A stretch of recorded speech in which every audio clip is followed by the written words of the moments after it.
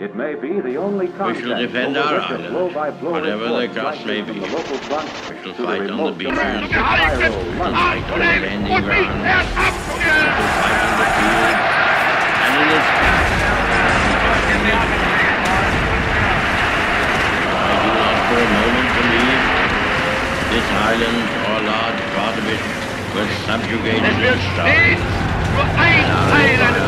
Beyond the seas, armed and guarded by the British people. We shall never surrender. This country is at war with Germany.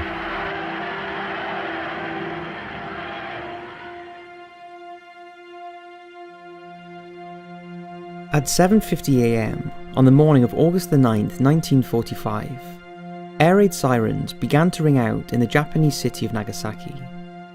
However, a short while later, the sirens rang out again, indicating that there was no danger and people began to climb out of their shelters to carry on about their daily business. Japanese spotters had only sighted 2 US AAF B-29 bombers, not enough for an air raid on a major city, and presumed they were merely on a reconnaissance mission. At 1101 hours, a single bomb was dropped into the city's industrial area. The bomb detonated with the equivalent force of 22,000 sticks of TNT, which resulted in a blast so bright that it was seen by observers over 100 miles away. The fireball generated temperatures in excess of 3,900 degrees centigrade, and generated winds of up to 600 miles per hour that added to the destruction. Exact figures are unclear, but at least 129,000 people were either killed on the day, or would die in the weeks and even years that followed. 6 days after this attack, Japan surrendered to the Allies, bringing to a close the most destructive conflict ever recorded, that ended with the first 2, and so far only, nuclear attacks in history. It was the Second World War.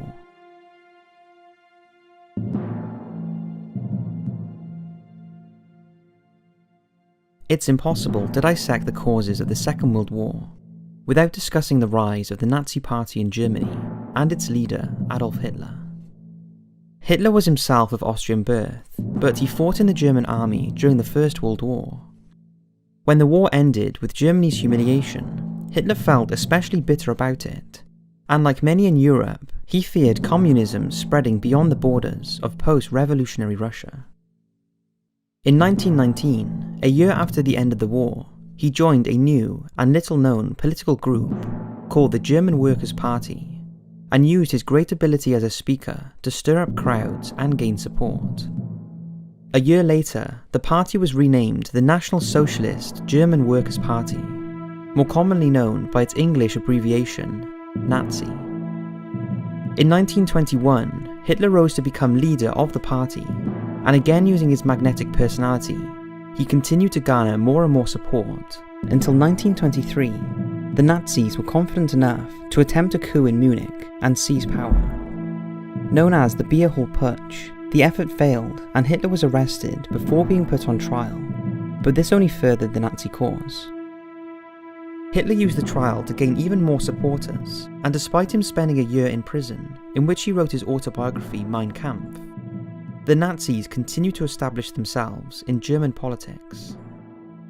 Mein Kampf not only outlined his own story, but it also set about establishing his vision for the future of the German people, and how he believed subversive groups were holding them back from achieving their destiny through measures such as the Treaty of Versailles, which outlined Germany's surrender terms. He specifically identified Jews and communists as being the leaders of this great international conspiracy to keep the German people down after the war, highlighting the harsh conditions imposed on the country by the victorious Allies, such as the dissolution of Germany's empire and armed forces, the loss of territory to newly created countries in the east and France in the west, and having to pay crippling war reparations. The book effectively became the Nazi Bible. By 1933, the Nazi Party had secured enough political support that Hitler legally became Chancellor of Germany. He quickly began passing legislation that would transform Germany into Nazi Germany, and the swastika would symbolise this reinvigorated country. The prosecution of Jews, gypsies, and political opponents soon became government policy, as Hitler began preparing Nazi Germany to attain what he saw as its destiny, cantered around the concept of the Aryan race, with himself as the undisputed leader, the Führer.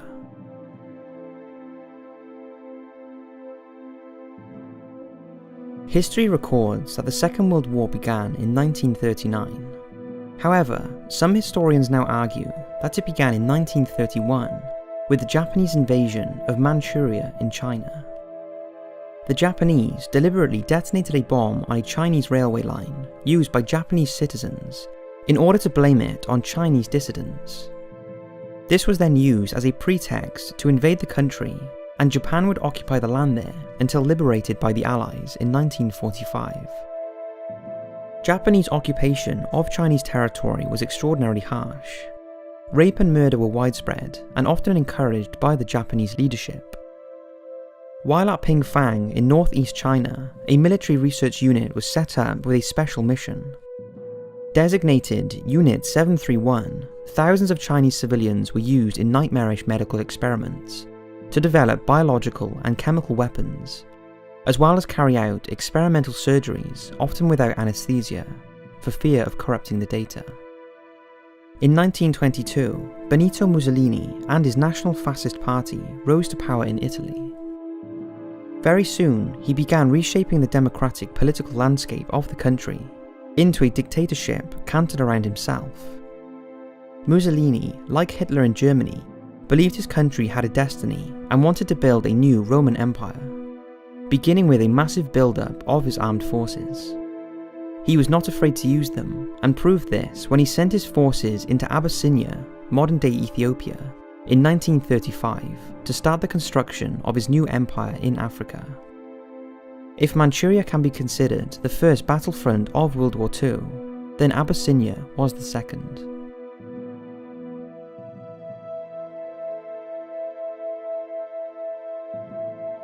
As the 1930s grew on, Hitler's Nazi Party became firmly embedded not just in German politics, but into German society on a whole. The German people had much to thank the Nazi Party for, since they had pulled the country out of the despair of defeat and reinvigorated it, promising that Germany would soon be attaining its destiny of becoming a great power again. Hitler's appeal and influence was not lost on foreign observers, many of whom admired him and even began to sympathise with the Treaty of Germany after the war. Proof of this was given when Hitler became Time magazine's Man of the Year. This played perfectly into Hitler's hands as he began making notions of regaining lost territory in the east and west of the country. The first test of how the Allied powers of Britain and France would respond to his new Germany came in 1935, when Hitler introduced military conscription, which saw the German armed forces swell many times beyond the number permitted by the Treaty of Versailles. But the Allies did nothing. Encouraged by this, he then ordered his troops into the Rhineland in 1936. The Rhineland had been demilitarized in 1925 in order to create a safety zone for France, who, along with Belgium, had occupied it for a time due to Germany's inability to pay war reparations. Hitler had given secret orders to his men that should they encounter French military resistance, they were to retreat because Germany was still in no condition to fight a war. Despite protests by France at the Legion of Nations, the precursor to modern-day UN, again they did nothing. In 1937, British Prime Minister Stanley Baldwin stood down, and was succeeded by Neville Chamberlain. Meanwhile, Germany continued to rearm, and now set their sights on reclaiming the German Sudetenland, which had been absorbed into Czechoslovakia after the war. At the same time, Hitler looked to his own birth country of Austria to become a part of his new Germany, although this was again forbidden by the Versailles Treaty. Austria and Germany had long had an almost symbiotic relationship, and both countries' people viewed the other as cousins. Austria even had its own Nazi party, and in January 1938, they attempted their own putsch, much like Hitler had tried in 1923. The putsch failed, and many leading Austrian Nazis were imprisoned. Hitler's propaganda machine went to work creating a false impression that Austrians were rising up in support of their imprisoned Nazis. And so, on March 12, 1938, German troops entered Austrian territory on the pretense of restoring order. Within weeks, the Austrian government was gone, and the country was absorbed into Germany as the province of Ostmark. A vote on joining Germany claims that 99% of the population supported the move, which was known as Anschluss. Having secured his home nation under a Greater Germany, Hitler declared himself as the advocate of all ethnic Germans in Europe, and primarily of those in Sudetenland, making clear his intention to absorb the region into Germany. A diplomatic crisis was sparked when, just like in Austria, a Sudetenland Nazi party rose up and began demanding autonomy from Czechoslovakia. The Czech government tried to negotiate with the Sudeten Germans, while a series of meetings were held between Germany, Britain and France to reach an agreement on the crisis, culminating in the Munich Agreement, which effectively gave a free hand to Germany's ambitions. No Czech representative was present. First, Hitler took the Sudetenland, and then in January 1939, he invaded and captured the rest of Czechoslovakia, in his first act of truly open aggression towards a neighbour. The conquest of Czechoslovakia raised concerns with the mighty Soviet Union, which was in the grip of the paranoid Joseph Stalin. Hitler had written in Mein Kampf that having to fight a war on two fronts was one of the reasons the Kaiser's Germany was defeated, and so, having already antagonised London and Paris, he was far more careful with Moscow and began a diplomatic effort with the Soviet Union to keep them out of events in the West.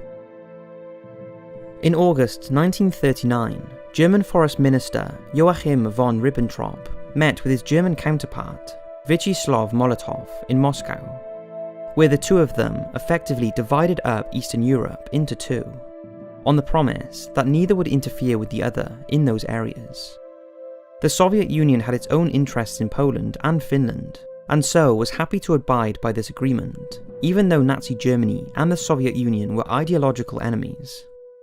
Despite this period of cooperation, many felt that it wouldn't last, but with Russia at bay, Hitler ordered his troops into Poland on September 1st, 1939.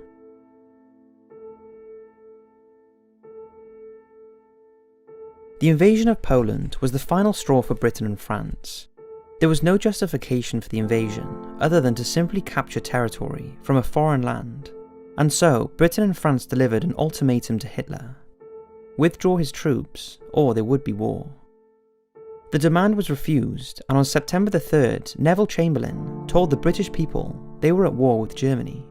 Unless we heard from them by 11 o'clock that they were prepared at once to withdraw their troops from Poland, a state of war would exist between us.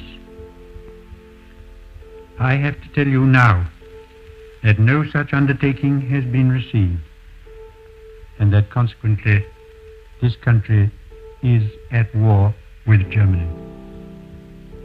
Some of Germany's more cautious generals had warned Hitler that the country was not yet ready for a second massive European confrontation. Germany's rearmament plans predicted war with Britain and France breaking out in 1945, by which time they would have their own aircraft carrier, large U-boat fleets, and powerful tank forces. The generals therefore concocted their Blitzkrieg style of war. Blitzkrieg meant lightning war, and called for the widespread use of tanks and aircraft to break through enemy formations, to capture key strategic areas, and divide enemy forces up to make them easier to destroy. Above all, it was intended to achieve a quick victory rather than a drawn-out war of attrition which Germany could not afford.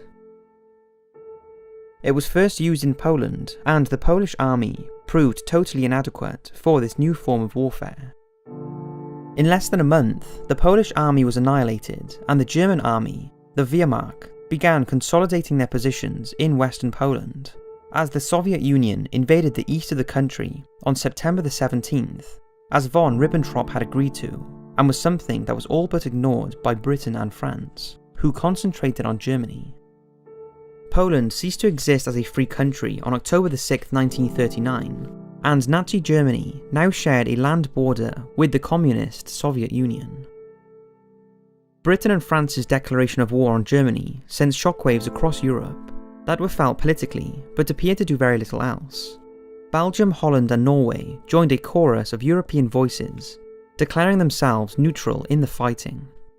But in fact, there seemed to be very little fighting at all. In terms of helping defend Poland, Britain and France could do very little, and instead they prepared for when Hitler would charge west. This was the start of the phony war, a period where both sides seemed to be doing everything they would normally do in a war, except all-out warfare. The French mobilised their armed forces and sent them to the border, while Britain created the British Expeditionary Force, or BEF, to be sent to France to support them, mirroring how the country went to war in 1914. At sea, German U-boats and surface raiders did sink unprotected merchant ships, while in the air, British aircraft made attacks on German shipping, or conducted leaflet drops over the Ruhr region. During one such leaflet dropping mission, on September the 9th, a formation of RAF Whitley bombers strayed into Belgian airspace and were attacked by Belgian fighters. This forced one of them to land, and they lost 2 aircraft to British defensive fire. However, in the South Atlantic, a drama was about to unfold that would become a naval legend. The German pocket battleship, Graf Spee, was attacking British merchant ships, capturing their crews and then sinking them. The crews were then put on the Graf Spee support ship, the Altmark, for returning to Germany. 3 British cruisers met the German ship in the battle, and managed to inflict enough damage to force the German battleship to put into neutral Montevideo, modern-day Uruguay, for repairs. While there, the British began flooding local media sources that a huge British armada was assembling to destroy the pocket battleship when it left port. The German captain learned of this, and believing the situation was hopeless, he scuttled his mighty warship. In reality, there was no armada, but the deception meant potentially thousands of sailors' lives were saved. A few weeks later, British Special Forces raided the Altmark and rescued a number of captured merchant crews.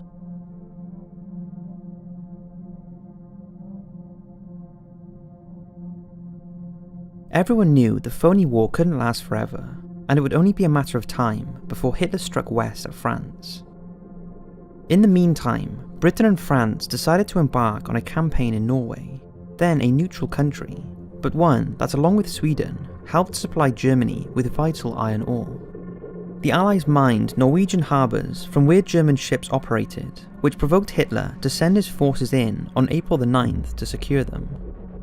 The battle for Norway would last until June the 10th, by which time France and Britain had long retreated, leaving the country to its fate.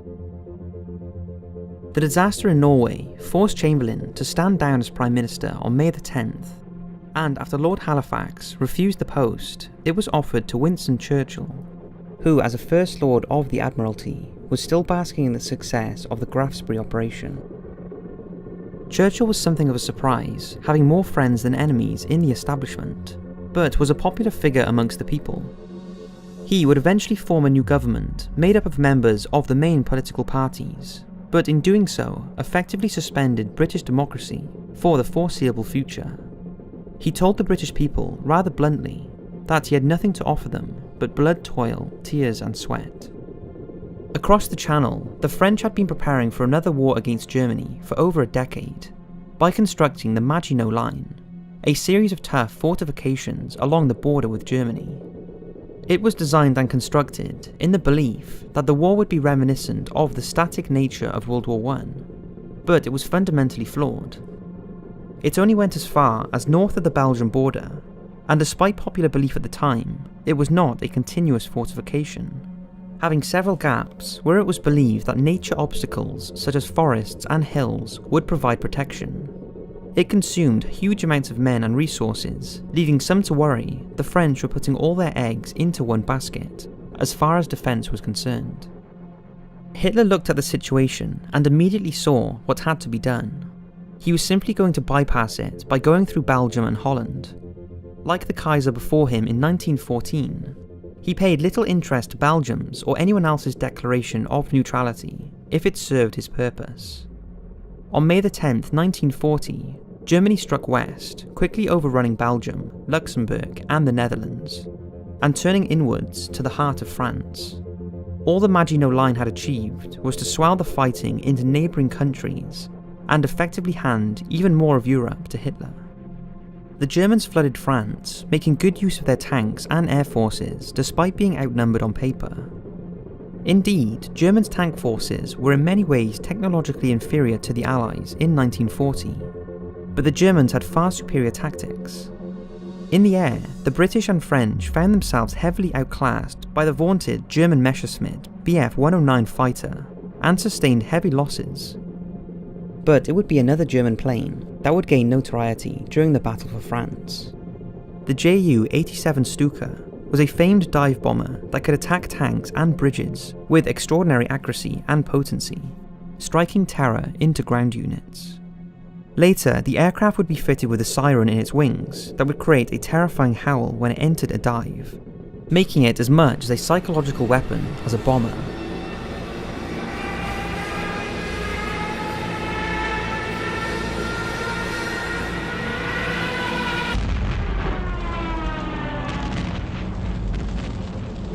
To compound problems for the Allies, the quick German succession and the failure of the Maginot Line to keep Hitler's forces at bay saw French morale in particular suffer terribly. Despite spirited resistance by the French army and the British Expeditionary Force, a sense of defeatism quickly overwhelmed them.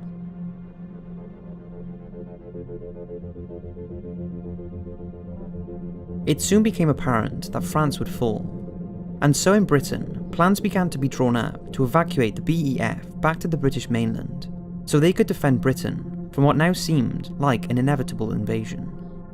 Dubbed Operation Dynamo, a huge armada of fishing boats, pleasure crafts and even rowboats were assembled on the southeast coast of England to make the trip across the Channel to Dunkirk, where the remnants of the BEF and elements of the surviving French and Belgian armies were assembling. In this small pocket of French coastline, the British and French troops at Dunkirk were surrounded by German troops and waited for either rescue, capture, or death. Hitler wanted to send his troops to wipe them out, once and for all, but the head of the German Luftwaffe, Hermann Göring, convinced him that the Air Force, which had so far proved almost unstoppable, could smash them on the beaches with fewer losses to German forces. Göring hoped that by doing this, he would gain favour with Hitler over some of his rivals within the Nazi high command. The evacuation began on May the 27th, 1940, with a fleet of little boats bearing down on the beaches to take men out awaiting British warships. The German Luftwaffe launched a fierce aerial bombardment and inflicted painful losses on the British. However, for the first time in war, the superiority of the Luftwaffe was finally challenged, since Dunkirk was in range of fighters flying from Britain itself. The sea and sky thus became a brutal killing field until the evacuation ended nearly a week later on June the 4th, by which time a staggering 338,000 men had been rescued. The evacuation was seen as a victory for Britain, but those in the offices of power knew the truth.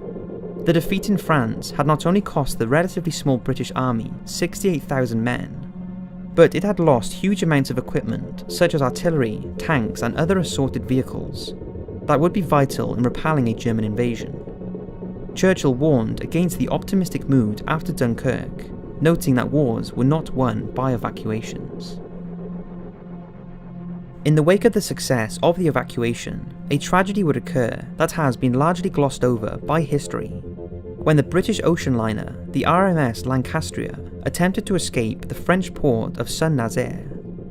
The liner was taking part in Operation Ariel, which aimed to evacuate British nationals from France, when at 10 minutes to 4 on June the 17th, it was bombed by German aircraft.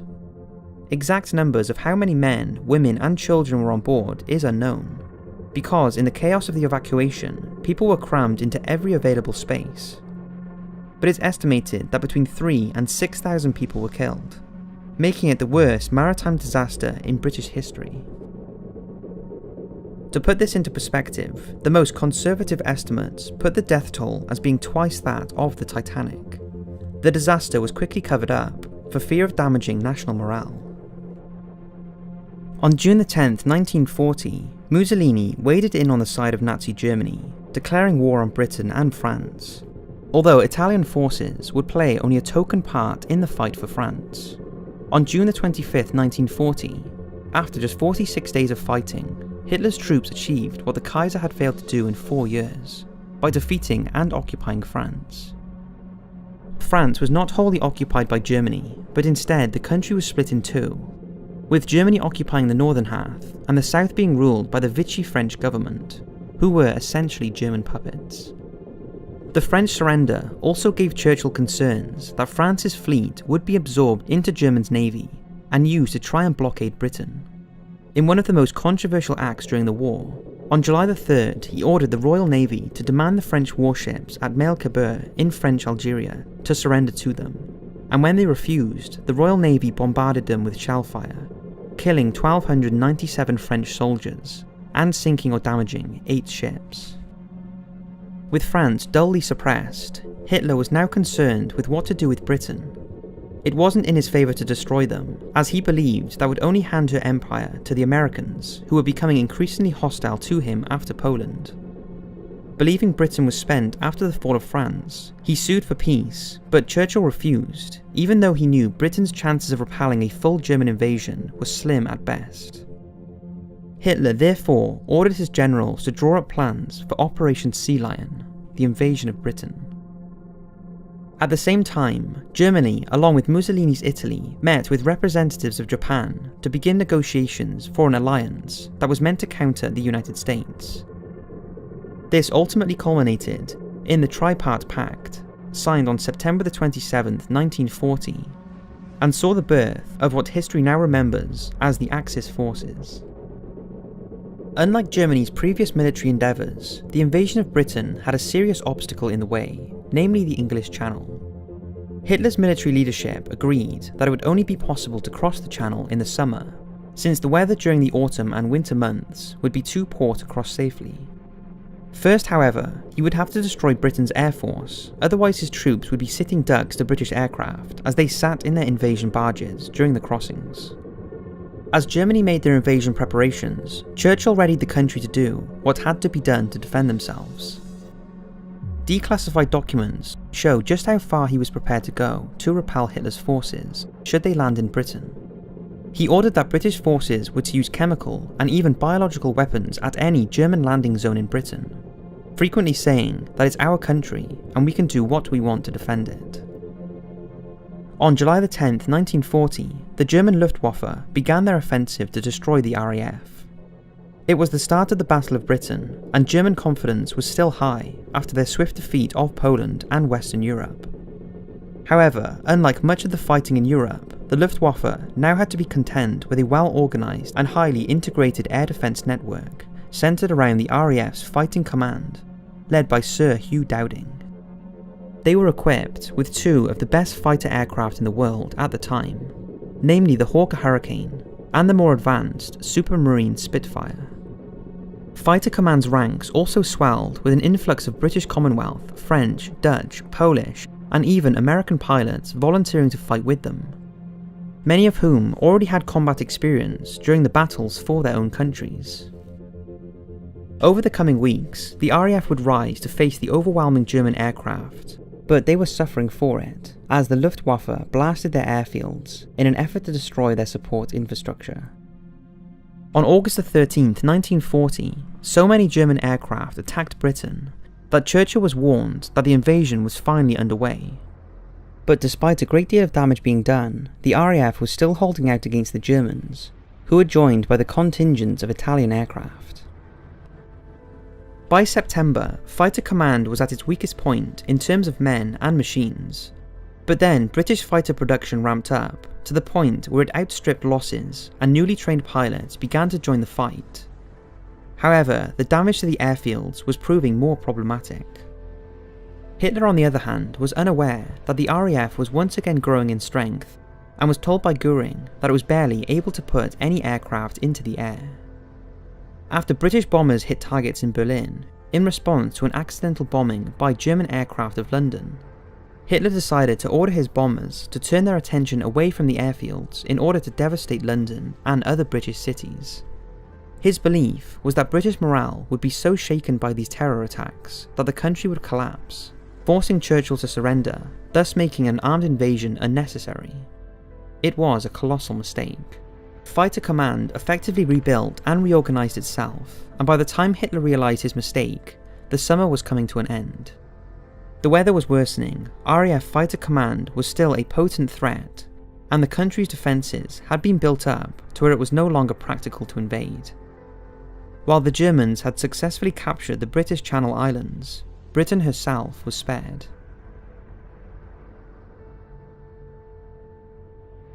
Just as it had been in the First World War, the outbreak of war in Europe again saw the fighting spill over into the territories that European imperial powers held control of elsewhere around the world. Britain and France held territory across Africa, which Italy's Mussolini eyed jealously. And when Italy declared war on Britain and France in support of Germany, it gave him the opportunity to invade those territories from Italian possessions, such as Ethiopia, Somaliland, and most significantly Libya, which bordered British Egypt. Egypt was vital to British interests because of the Suez Canal, which linked Britain to its Far East possessions, such as Hong Kong and India, as well as the oil-rich Middle East, which both sides desperately needed access to. On September 13th, 1940, Italian forces launched an invasion in Egypt. With Britain herself still preparing for an invasion, it was left to the small contingent of British and Commonwealth troops stationed there to defend the large border against the numerically superior Italians. At first, the Italians made good progress, eventually capturing the important airfield at Sidi Barrani. However, when Hitler forced to cancel the invasion of Britain, fresh troops and equipment began to be mobilised for North Africa under the command of Lieutenant General Sir Richard O'Connor. Firstly, however, they would have to make the perilous sea voyage down the North Atlantic and into the Mediterranean, where the Italian fleet was still the dominant air force after France's surrender. Heavily outnumbered, the British concocted a daring plan to attack the Italian fleet while it was still moored in Port Taranto, using obsolete Fairey Swordfish biplane bombers. On the night of November 11th, 1940, the force of Swordfish bombers took off from HMS Illustrious and caught the Italians completely by surprise. The attack inflicted severe damage on a large number of the Italians' capital ships, taking them out of the war for several months in order to be repaired, and thus severely hampering Italy's efforts to disrupt supplies to North Africa. Unfortunately, the British still had to contend with air and submarine attacks. The task of expelling Italian forces from Egypt seemed immense in the late 1940s, and yet the newly arrived British forces managed to achieve just that. The British retook Sidi Barrani, and by January 3rd, 1941, were already pushing forward into Libya. In 2 months, a British force comprising of just 2 whole divisions had advanced 500 miles, destroyed 10 Italian divisions, and taken 130,000 prisoners, as well as capturing over 1,000 tanks and artillery pieces. Operating from Italy, the German Luftwaffe began supporting the Italian operations from the air. But things on the ground continued to go badly for the Italians, with British forces capturing the strategic port of Tobruk on January the 22nd. Confident of Italian defeat, Churchill began his plans for helping to defend Greece and the Balkans from a joint German and Italian invasion. However, Germany decided to send 2 of its own divisions to help shore up Italian forces in North Africa, which would form the nucleus of its Africa Corps under the command of Erwin Rommel. Rommel was a gifted leader and tactician who understood tank warfare better than most generals in 1941. The plans of North Africa were ideal for tank combat, and Rommel's influence was almost immediately felt. He attacked El Agheila on March the 24th, and then pushed east across Libya back towards Egypt. However, he failed to retake Tobruk, and instead laid siege to British garrison there, which held out for a staggering 240 days. Providing a severe thorn in the side of the Axis forces and tying up resources. On April the 14th, British and Commonwealth forces had been pushed back to the border and had even captured General O'Connor and his replacement, General Neame. But Rommel's forces were struggling with logistic problems, which Hitler feared the British could take advantage of. Fuel was such a concern for the Germans that they began efforts to steal it from the British, which resulted in British troops referring to their fuel cans as jerry cans. By May, Rommel was forced to halt his advance at Hellfire Pass in Egypt while he resupplied his forces. Under General Wavell, the British did indeed counterattack in June, hoping to cut off Rommel's supplies and force him to surrender.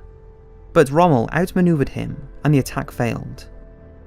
As the year went on, the British became obsessed with killing Rommel, who had earned the nickname Desert Fox, and even sent a commando raid to assassinate him, which ultimately failed. For the next few months, the battle lines fluctuated, but Rommel's logistical problems continued to hold him back, and worsened when Hitler began to focus more on other fronts. With Hitler being forced to call off Operation Sea Lion in 1940, the Germans recognised that their window to invade Britain had closed, and it would now be impractical to attempt another invasion. Britain was becoming Fortress Britain, and so Hitler turned to a medieval method of warfare, the siege. Hitler knew that Britain relied extremely heavily on war supplies, material, and even food coming from her empire and North America. Therefore, he turned to his navy, the Kriegsmarine, and tasked them to cut off this vital supply. The Royal Navy was still the most powerful surface fleet in the world in 1940, and while Germany had advanced warships, like the Tirpitz and Bismarck, they couldn't hope to meet the Royal Navy in a pitched battle like the Kaiser's fleet had in World War I, without being overwhelmed by British numbers. Therefore, the German Navy used their U-boats to besiege Britain. The Kaiser's U-boats had proved how vulnerable Britain was to such a weapon, but it seems Britain had learned very little from this during the interwar years.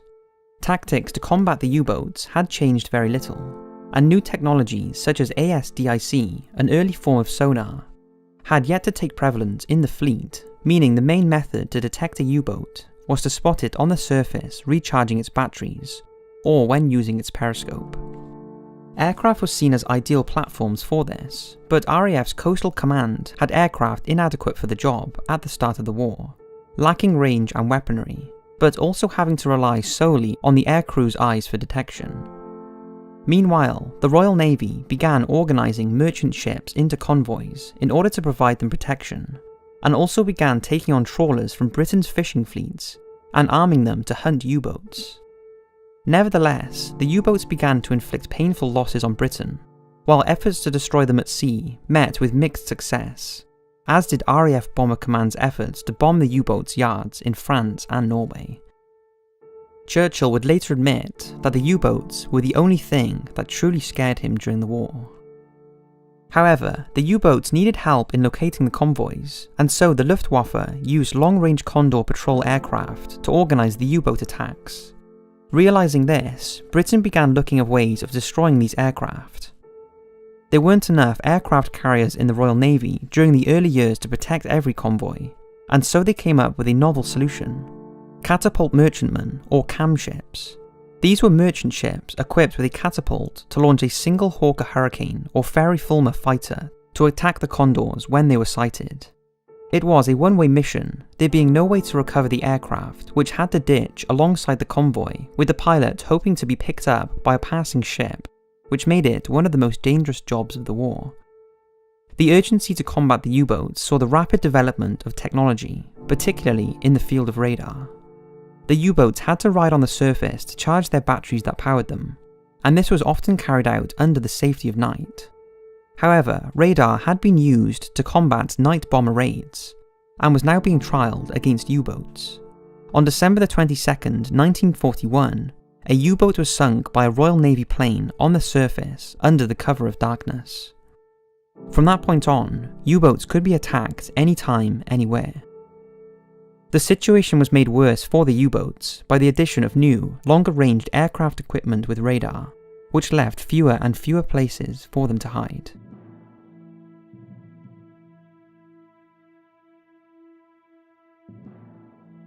At the same time, Mussolini's Italy opened the North African campaign. His troops also opened up another front, this time against Greece. Mussolini felt he was playing second fiddle to Hitler in Europe and wanted to establish himself as an equal. He viewed Greece as an easy target and began putting pressure on the country's own facet-like dictator, Ioannis Metaxas. On August 15, 1940, an Italian submarine sank the Greek warship Elli. Italian troops finally attacked on October 28, 1940, but like in North Africa, they were beaten back, despite the odds seemingly being in their favour. The Italian attack pushed Greece closer to Britain, who were desperate for allies after the fall of Western Europe.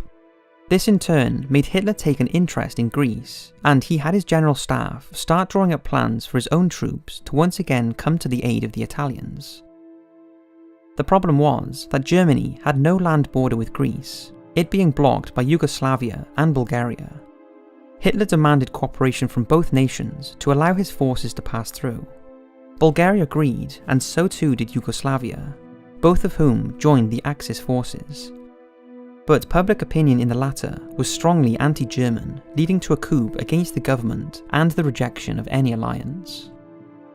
Outraged, Hitler ordered that when his troops invaded Greece from Bulgaria on April 6, 1941, that they were to concurrently invade Yugoslavia. Despite stiff resistance, Yugoslavia was overrun in just over a week and a half.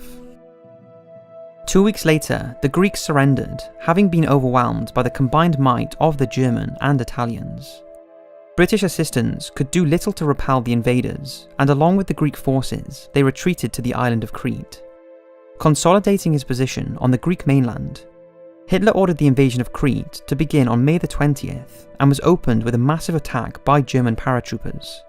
After nearly 2 weeks of fierce fighting, the island fell, but while British and observers in Washington were impressed with the effectiveness of a paratroop invasion launched against them, Hitler was appalled at the cost of his forces and never again ordered a large-scale airborne invasion. Nazi Germany's army seemed unstoppable by mid-1941, and no one became more convinced of this than Hitler himself, who, after defeating the British on mainland Europe in France and Greece, and while Rommel continued pushing them back in North Africa, decided that it was time to achieve his ultimate goal, the destruction of the Soviet Union. Hitler viewed the Soviet Union as a way of not only eradicating communism, but of feeding his thousand-year Reich by providing vast areas of agricultural land and vital resources such as oil and metals. However, Germany's generals warned the Führer against invading the Soviet Union unless Moscow attacked first. Britain herself remained unconquered, and worse still, was now sending fleets of her bombers into Europe to attack German industry. Also, the job of defending British and British Commonwealth forces in Africa required the resources Hitler wanted to commit to fighting the Soviet Union. They believed it was better to send those forces to destroy British resistance in Africa and then seize British possessions in the Middle East, which would afford them oil, which would starve Britain of her supplies and eventually help force London to surrender. But Hitler was impatient. He argued that the German people would not be as supportive for a war on Russia after a few more years of fighting. Also, he believed the Soviet army was incompetent after its poor showing against Finland in the Winter War of 1939. If he waited, then the Soviet leadership might learn from their mistakes and become a more credible threat. Hitler would say, "We only have to kick in the front door, and the whole rotten Russian edifice will come tumbling down." He defied his generals and gave the order to attack the Soviet Union. Dubbed Operation Barbarossa, Germany committed a huge force of troops that included Romanian, Finnish and Hungarian units, who were by now signed-up members of the Axis forces. The attack was launched from occupied Polish territory at 0300 hours on Sunday the 22nd of June 1941, and involved a staggering 3.8 million personnel launched across a 2,900-kilometre front. The German forces were arranged in 3 key army groups, north, centre and south. The Soviet army had warnings that the Germans were amassing for an invasion, but Stalin refused to believe it. In the days after the invasion, Stalin retreated into his own mind, he being unable to comprehend just what was happening, which left his government that was terrified to act against him following his brutal purges, unsure what to do. The Soviet army sustained incredible losses in the early years of the war, while the Soviet Air Force was largely smashed on the ground. The aircraft that did get airborne were often obsolete types or their pilots poorly trained, making them easy targets for skilled and experienced German fighter pilots. The Soviets also had to contend with anti-communist forces conducting sabotage and intelligence gathering operations from the Germans. The fighting in the east was particularly brutal. Hitler had told his forces that a war against the Soviet Union could not be fought along civilized lines. And as such, he promised no German would ever be held accountable for his conduct against the enemy. In a sense, they were given a free hand to rape, plunder, and murder. When Soviet units were overwhelmed, many of them surrendered as their command structure collapsed, and these soldiers were led into captivity, where there was an actual plan in place to starve them to death. Behind the German troops' advance, German death squads began murdering so-called undesirables, such as Jews. The speed of the German advance took everyone by surprise, including the Germans themselves. The vast areas of land Germany's forces took proved a logistical nightmare, and on several occasions they lost the initiative as they waited for supplies of food, fuel, and rearmaments to catch up with them. The Germans advanced across eastern Poland, Belarus, Estonia, Latvia, Lithuania, Ukraine, and into Russia itself, proving almost unstoppable. But everyone knew that the biggest obstacle the Germans would have to face was rapidly approaching: the Russian winter. By December 1941, the snow was setting in, but German troops were on the verge of taking Moscow itself. However, they failed to take the embattled city, and their advance ground to a halt. The Soviet Union's leadership, meanwhile, had relocated their major weapons production facilities further east, out of the range of German bombers, which allowed them to build tanks and aircraft unmolested. They were also getting supplies from Britain, thanks to the efforts of the men on the perilous Arctic convoys. The German army leadership knew the truth, even if Hitler remained convinced of Germany's superiority. They had lost their window of opportunity to destroy the Soviet Union quickly. Now the Soviets were engaged, committed, and far more prepared for the coming war of attrition than Germany was. In Mein Kampf, Hitler had outlined that Germany could not fight a prolonged war on two fronts. Yet at the end of 1941, he was effectively committed to three fronts: Britain in the west, British Commonwealth forces in North Africa, and now the Soviet Union in the east. And while the snow fell on German soldiers in Russia, ill-equipped for winter warfare, a world away in the tropical climate of Hawaii, a fleet of Japanese ships were closing in on the American naval base at Pearl Harbor.